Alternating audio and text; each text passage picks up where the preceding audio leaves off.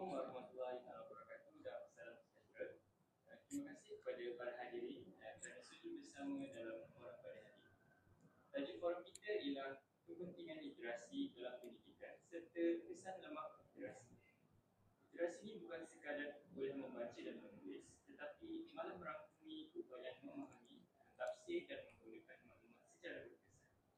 Bersama saya hari ini, 4 orang panel yang akan mengupas topik ini dari berbagai sudut. Baiklah, kita mulakan dengan perbincangan dengan panel pertama, iaitu Akila Mereka.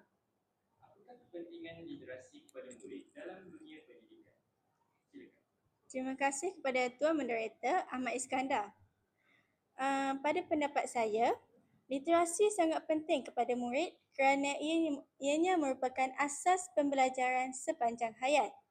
Murid yang mempunyai literasi yang baik mampu memahami bahan pembelajaran, menjawab soalan dengan tepat serta menyampaikan idea dengan yakin. Selain itu, literasi juga membantu murid berfikir secara kritis dan kreatif sekaligus meningkatkan pencapaian akademik dan keyakinan diri. Terima kasih kepada yang pertama. Seterusnya kita beralih kepada peranan guru. Bagaimana literasi ini mempengaruhi peranan guru dalam pendidikan? Silakan Hajar. Terima kasih moderator. Dari sudut guru, literasi amat penting kerana ia menentukan keberkesanan proses pengajaran dan pembelajaran. Guru yang literat mampu menyampaikan ilmu dengan jelas dan sistematik dan menggunakan pelbagai bahan bacaan dan teknologi pendidikan. Selain itu, guru yang literat juga mampu membimbing murid menilai maklumat secara beretika. Selain itu, guru juga berperanan memupuk budaya membaca dalam kalangan murid. Jika guru sendiri lemah literasi, murid akan sukar berkembang dan kualiti pendidikan akan terjejas. Baik, terima kasih. Ini kita lihat pula pada peranan ibu bapa.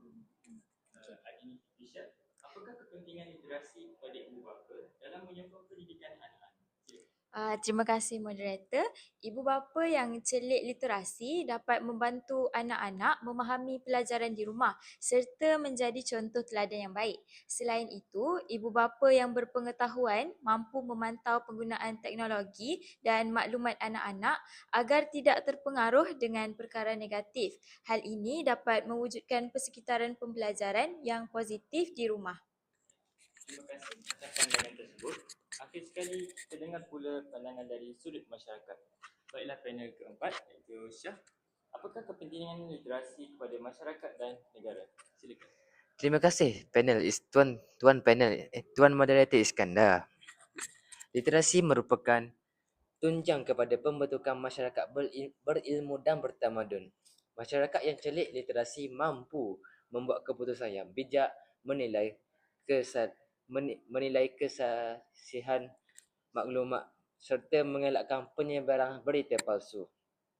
Ini secara tidak langsung, tahap literasi yang tinggi dapat meningkatkan daya saingan negara di peringkat global. Baiklah, itu sahaja daripada saya. Sebagai kesimpulan, literasi ini memainkan peranan penting dalam pendidikan yang melibatkan murid, guru, ibu bapa dan masyarakat. Semua pihak harus berganding bahu untuk memperkukuh budaya literasi demi melahirkan generasi berilmu dan berdaya saing. Sekian, terima kasih.